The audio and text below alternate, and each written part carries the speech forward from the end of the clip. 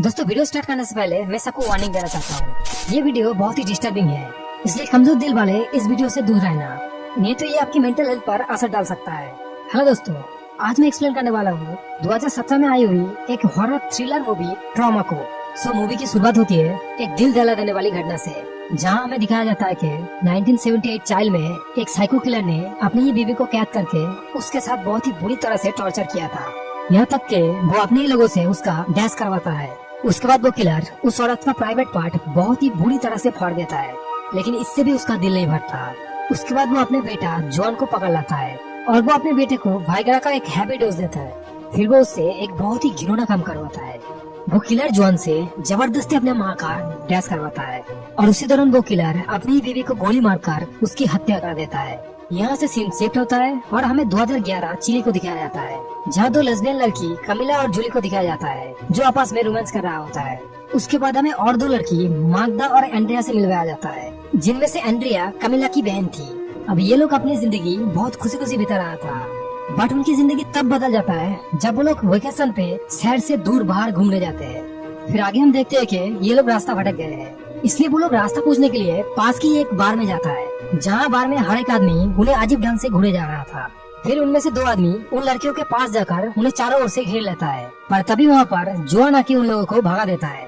दोस्तों, ये वही जॉन था जो मूवी के स्टार्टिंग में दिखाया गया था। उसके बाद जब वो लोग बाहर से बाहर आता है, तब तो पुलिस वाले उनके पास आकर उन्हें सतर्क रहने के लिए बोलता है, क्योंकि उस इलाका में लड़कियां बहुत ही ज्यादा कम थे, जिस वजह से वहाँ के आदमियाँ हवस से भरी हुई रहती थी। आगे पुलिस ऑफिसर उन्हें अपना नंबर देता है और उन्हें उनके डेस्टिनेशन के लिए रास्ता बता देता है। कुछ देर बाद ये लोग अपने डेस्टिनेशन में पहुँच जाता है। ये लोग जिस घर में रुके हुए थे वो जूलिया की अंकल का घर था। दूसरी तरफ हम जॉन को देखते हैं, जो आईना में अपने आप को देखकर याद कर रहा होता है कि कैसे बचपन में उसके बाप ने उसके साथ टॉर्चर किया करता था, क्योंकि जब उसका छोटा बहन पैदा हुआ था तब उसकी डैड ने उससे बहुत ही घिनौना काम करवाया था, जो आप लोग कभी इमेजिन भी नहीं कर सकते। खैर, ये सब कुछ करवाने की वजह से उसकी मेंटल हेल्थ पर बहुत ही बुरा असर पड़ता है, इसलिए वो भी धीरे धीरे अपनी बाप की तरह ही बन गया था। दोस्तों, यहाँ हमें एक और शॉकिंग बात पता चलता है कि जॉन का एक बेटा भी है और वो अपने बेटे को उसी तरह से टॉर्चर करता है जैसे उसके डैड उसके साथ किया करते थे। यहाँ तक कि जॉन ने अपनी बहन के साथ ही शादी किया था, जिससे उसे ये बच्चा हुआ था। साथ ही साथ जॉन अपने बहन को एक अंधेरी कमरे में बांध कर रखा था और उन दोनों का एक न्यू बॉर्न बेबी भी था।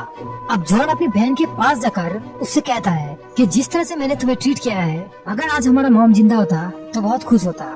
दूसरी तरफ हम उन्हीं लड़कियों को देखते हैं जो पार्टी कर रहा होता है, जहाँ जूलिया मागदा के साथ इंटीमेट भी होता है। अब पार्टी में बहुत ज्यादा दारू पीने की वजह से जूलिया अपने कपड़े उतारकर न्यू डांस करने लगती है, बट ये सब कुछ जॉन खिड़की के बाहर से देख रहा होता है। फिर जब जूलिया की नजर उस पर पड़ता है, तब जूलिया बहुत ज्यादा डर जाता है। उसके बाद जॉन और उसके बेटा मिलकर दरवाजा तोड़ के घर के अंदर घुसता है और जॉन गन से उन लोगों को डराने लगता है। इसके बाद वो जूलिया के पास जाकर उसे फिर से न्यू डांस करने के लिए बोलता है।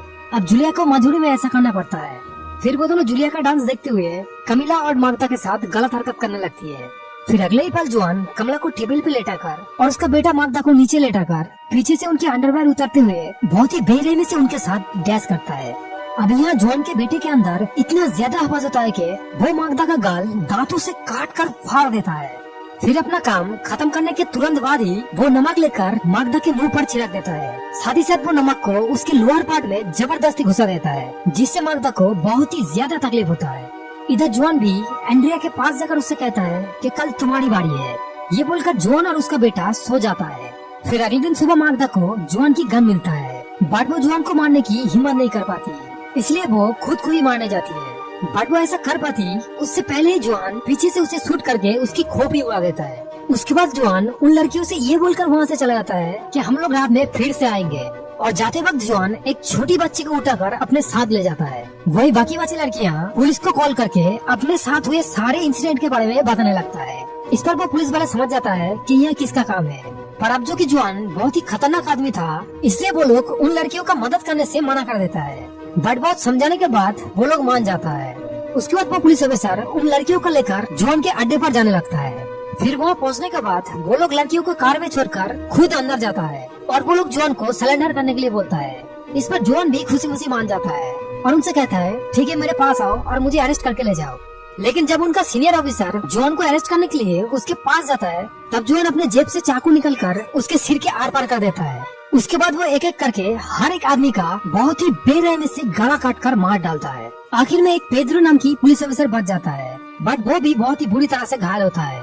उसके बाद वो उसी छोटी बच्ची को अपने साथ ले जाता है। फिर वो बाहर बैठी लड़कियों के सामने एक आदमी का कटा हुआ सिर रखता है, जिसे देखकर वो लड़कियां डर जाता है। उसके बाद वो तीनों लड़कियां अंदर जाकर उस पुलिस ऑफिसर की मदद करता है और वो लोग उस छोटी बच्ची को बचाने की डिसाइड करता है, क्योंकि साथ जुआन उस छोटी बच्चे के साथ वही सब कुछ करेगा जो उनके साथ किया था। उसके बाद वो चारों मिलकर उस छोटी बच्चे को बचाने के लिए जुआन की अड्डे की तरफ जाने लगता है।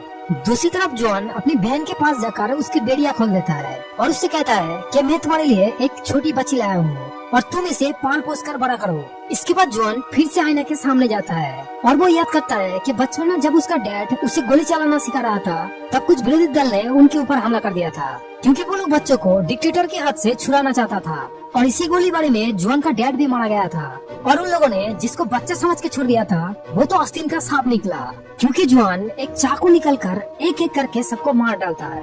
दोस्तों, यहाँ हमें ये भी पता चलता है कि क्यों उसके डैड ने उसके माँ के साथ इतना बुरा टॉर्चर किया था। दरअसल दोस्तों, उसके माँ ने एक बार गलती से उसके पिता का मेडल छू दिया था, इसलिए उसके डैड ने गुस्से में आकर उसके माँ के साथ इतना बुरा बिहेव किया था। दूसरी तरफ हम उन चारों को देखते हैं जो जुआन के अड्डे पर पहुँच गया था। फिर वो लोग एक प्लान बनाता है और जूलिया जाकर जुआन के बेटे के साथ फ्लर्ट करने लग जाता है। फिर जब उसका ध्यान भटक जाता है तब एंड्रिया पीछे से जाकर उसके ऊपर हमला करता है और उसे मारकर बेहोश कर देता है। दरअसल दोस्तों, इनका प्लान होता है कि वो लोग जुआन के बेटे को किडनैप करके जुआन से ही उसके बेटे के बदले उस छोटी बच्ची का डील कर दे। खैर, इससे पहले वो जुआन के बेटे को अपने साथ ले जा सके उससे पहले जुआन वहाँ पहुँच जाता है और वो उनके ऊपर हमला करने लगती है, जिससे गोली जाकर उस पुलिस वाले को लगता है और वो पुलिस वाला वहीं पर मारा जाता है।